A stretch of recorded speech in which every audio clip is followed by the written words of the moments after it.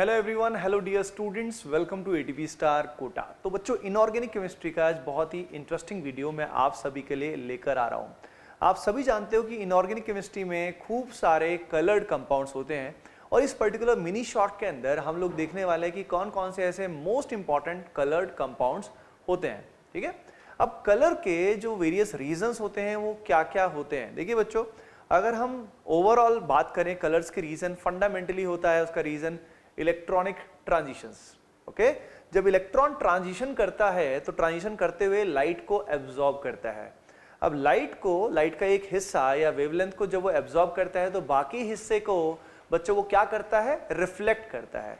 और वो reflected portion जो है वो जब हमारी आई तक रीच करता है तो हमारी आई जो है वो उसको डिटेक्ट करती है और बोलती है हाँ भाई ये रेड कलर है या ब्लू कलर है। तो उस तरह की कोडिंग जो है वो हमारे दिमाग में ऑलरेडी हो चुकी है।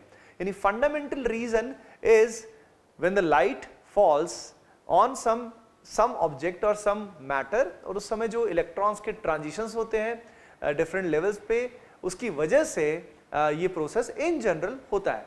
अब मैं बात करूं जैसे कि ऑर्गेनिक कंपाउंड्स में जो काफ़ी कॉमन रीजंस है डाइज के अंदर, जैसे कि आप जानते हो कि ऑरेंज कलर भी आता है, रेड कलर भी आता है और येलो कलर भी आता है जो डाइज में फंडामेंटली आता है। उसका रीजन होता है एक्सटेंडेड कॉन्जुगेशन, एक्सटेंडेड रेजोनेंस, जिसके अंदर होमो और ल्यूमो का जो गैप है वो डिक्रीज हो जाता है और फाइनली वो गैप जो है ना, वो इलेक्ट्रॉन का जो ट्रांजिशन है उसका जो डेल्टा ई है एक तरह से बच्चों, वो वेवलेंथ जो है वो विजिबल स्पेक्ट्रम में लाई करती है, तभी हमें दिखाई देता है।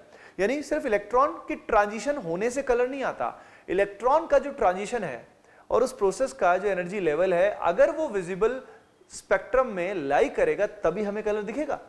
यही सेम इनऑर्गेनिक कंपाउंड्स में भी कंसेप्ट होता है।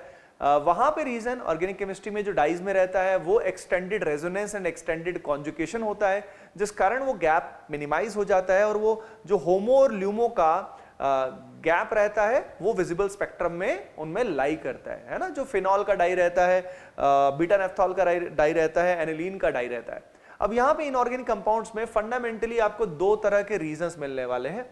पहला रीजन जो मिलता है एक तो होता है पोलराइजेशन। जैसे कि यहां पे अगर हम सिल्वर की बात करें तो यहां पे तीन पॉसिबिलिटी आप सभी को दिखाई दे रही है। एक तो हमारा AgCl है, एक हमारा AgBr है और एक हमारा AgI है, सिल्वर आयोडाइड है। और आप देख सकते हो डाउन द ग्रुप जब हम जा रहे हैं तो कलर हमारा इंटेंसिफाई हो जा रहा है। सबसे पहले जो कलर है वो व्हाइट है बच्चों, इसके बाद कलर जो है वो पेल येलो हो जा रहा है और उसके बाद जो कलर है वो बच्चों वो येलो हो जा रहा है। यानी डाउन द ग्रुप अगर हम जा रहे हैं तो ऐसे केस में आप सभी जा रहे हो, देख रहे हो कि जो एनायन है उस एनायन का साइज बहुत वेरी कर रहा है, बहुत बड़ा होता जा रहा है। अब जितना एनायन का साइज बड़ा होता जा रहा है उसकी पोलराइजेबिलिटी ज्यादा होती जा रही है, यानी पोलराइज होने के चांसेस बढ़ रहे हैं। ठीक है, अब जितना ज्यादा उसका पोलराइजेशन होगा उतना ही कलर की इंटेंसिटी बढ़ती जाएगी, है ना बच्चों। तो यहां पे आप देख रहे हो कैसे कलर की इंटेंसिटी बढ़ती जा रही है। अगला जो फंडामेंटल रीजन होता है वो ट्रांजिशन एलिमेंट्स के लिए वैलिड होता है। ट्रांजिशन एलिमेंट्स में आप सभी जानते हो कि in general vacant D orbital available होता है। अब डी ऑर्बिटल कितने होते हैं भाई? 5 डी ऑर्बिटल होते हैं।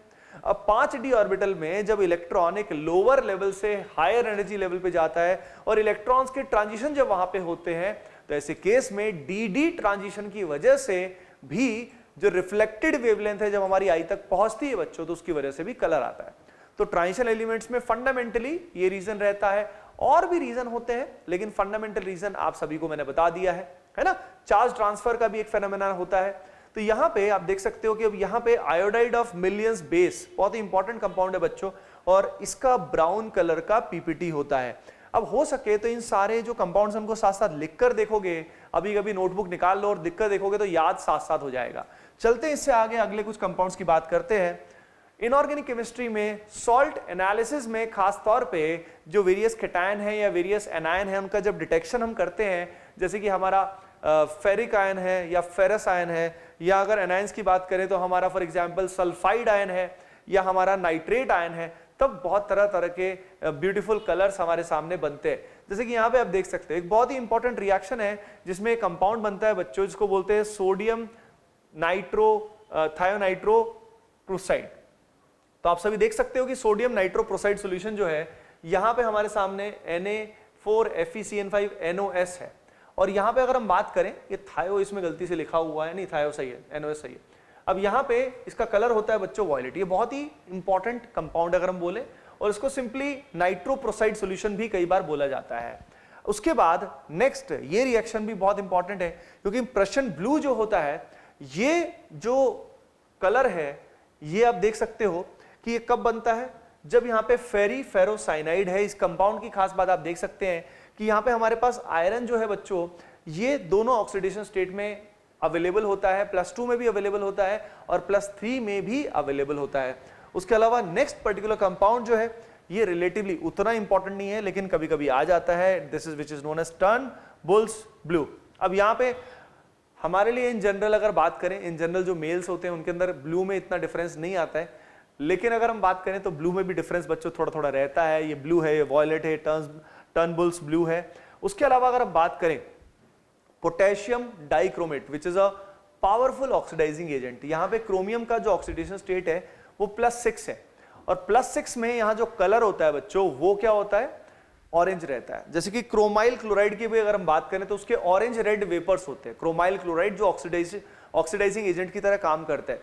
तो जो एटम हमारा है उसकी ऑक्सीडेशन स्टेट पे कलर बहुत डिपेंड करता है, आप समझ ही सकते हो, क्योंकि ऑक्सीडेशन स्टेट पे उसका इलेक्ट्रॉनिक कॉन्फ़िगरेशन डिपेंड करता है और इलेक्ट्रॉनिक कॉन्फ़िगरेशन पे हमारा डी ट्रांजिशन डिपेंड करता है। तो यहाँ पे कलर्स का हमें थोड़ा अंदाजा उससे लग सकता है। उसके अलावा क्रोमियम की बजाय अगर मैग्नीज आता है तो यहाँ पे ऑरेंज की बजाय पर्पल कलर या डार्क पिंक भी कई बार बोला जाता है, ये कलर हमारे सामने आता है। अगर यहीं पे हम K2CrO4 ले लें तो बच्चों यहाँ पे कलर चेंज हो जाता है, लेकिन यहाँ पे K2CrO4 में बच्चों जो कलर होता है वो येलो होता है। उसके अलावा FeSO4 के साथ जब 7 वाटर ऑफ क्रिस्टलाइजेशन जो है वो कनेक्ट हो जाते हैं बच्चों, तो इसको बोलते हैं ग्रीन विट्रियोल, एंड यहाँ पे आप इसको देख भी सकते हो। अच्छा, आप सभी ये जो लिस्ट है इसका PDF चाहते हो कि नहीं चाहते हो? चाहते हो ना, तो इसका PDF जो है बच्चों वो हमने टेलीग्राम कम्युनिटी में डाल दिया है, डिस्क्रिप्शन में लिंक दिया हुआ है, तो वहां से आप टेलीग्राम कम्युनिटी को ज्वाइन कर लीजिएगा और मिनी शॉट के जो PDF है वो हम वहीं पे शेयर करने वाले हैं। अब उसके बाद अगर हम बात करें MnO2, मैंगनीज का बहुत ही इंपॉर्टेंट कंपाउंड है और ये एक mild oxidising, in fact weak oxidising agent है। और ये जो वीक ऑक्सीडाइजिंग एजेंट है ये एलाइलिक और बेंजाइलिक अल्कोहल्स को फर्दर ऑक्सीडाइज करता है into carbonyl compounds, and brownish black इसका कलर होता है। लेड सल्फाइड जो है बच्चों ये कई बार आ जाता है, और सल्फाइड आयन या हमारा जो ये लेड आयन कैटायन होता है इसके डिटेक्शन में इसका उपयोग किया जाता है। बेरियम सल्फेट व्हाइट कलर का इस तरह का फॉर्म आपके सामने होता है। इसके बाद अगर हम देखें तो ये जो पर्टिकुलर कंपाउंड है बच्चों 15 नंबर, ये बहुत बार आता है और सॉल्ट एनालिसिस में बहुत इंपॉर्टेंट होता है। सॉल्यूशन के अंदर यानी कंपाउंड के अंदर नाइट्रेट आयन की प्रेजेंस है कि नहीं, उसके डिटेक्शन के लिए ब्राउन रिंग टेस्ट किया जाता है, और ये ब्राउन रिंग फॉर्मेशन जो होती है जो आपको यहाँ दिखाई दे रही है इस टेस्ट ट्यूब में, वो बच्चों इस पर्टिकुलर कंपाउंड की वजह से है। आइए देखते हैं यहाँ पे Cr2O3 में क्रोमियम का ये जो पर्टिकुलर ऑक्साइड है ये ग्रीन कलर का होता है। वैसे ऑक्साइड से हमेशा हमें फील आती है कि फॉर एग्जांपल कुछ गैसेस रिलीज हो रही हैं या ऐसा कुछ हो रहा है, लेकिन जो ऑक्साइड्स है बच्चों वो इस तरह के फॉर्म में भी एग्जिस्ट करते हैं। उसके अलावा फेरिक आयन जो होता है हमारा बच्चों, उसका बहुत ही इंपॉर्टेंट टेस्ट है, और थायोसाइनेट जो है उसका भी एक बहुत इंपॉर्टेंट टेस्ट होता है, जिसमें हमारे पास Fe3+ जो है, मतलब Fe का जो ऑक्सीडेशन स्टेट है आयरन का वो +3 रहता है, और थायोसाइनेट के साथ ये एक कंपाउंड बनाता है जो बहुत ही इंपॉर्टेंट कंपाउंड है बच्चों, जिसका कलर होता है ब्लड रेड। तो एनसीईआरटी में in fact this reaction is also given, तो ये आपने को टिप्स पे होना बहुत बहुत जरूरी है बच्चों।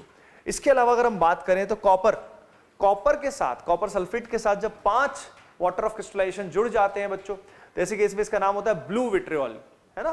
तो ब्लू विट्रियोल जो होता है बच्चों उसका कलर नेचुरली नाम से दिख जाता है कि भाई ये तो ब्लू ही रहने वाला है। उसके अलावा अगर ब्रोमीन की बात करें तो ब्रोमीन का ट्रिक आप हमेशा दिमाग में रखिएगा कि ब्रोमीन का कलर कैसा होता है, ब्राउन होता है। ब्रोमीन का कलर कैसा होता है बच्चों, ब्राउन होता है, ठीक है। ब्रोमीन जो है बी से ब्रोमीन और बी से ब्राउन, तो this way you can easily remember this as well. Okay बच्चों, तो ये जो पर्टिकुलर कंपाउंड्स हैं इन सबको जरूर टिप्स पे रखिएगा। इसका जो पीडीएफ है वो हमने टेलीग्राम कम्युनिटी में शेयर कर दिया है, वहां से आप इसका यूज कर लीजिएगा। एंड अगला मिनी शॉट हम लोग लेकर आने वाले हैं किसका लेके आने वाले हैं ये आप बताएंगे। तो कमेंट सेक्शन में जल्दी से सभी से बताइए कि नेक्स्ट मिनी शॉट आपको किस टॉपिक से चाहिए, ठीक है। चलिए फिर मिलते हैं नेक्स्ट सेशन में। होपिंग दैट ये सेशन आप सभी के लिए जरूर हेल्पफुल रहा होगा। Bye bye, take care and keep preparing well.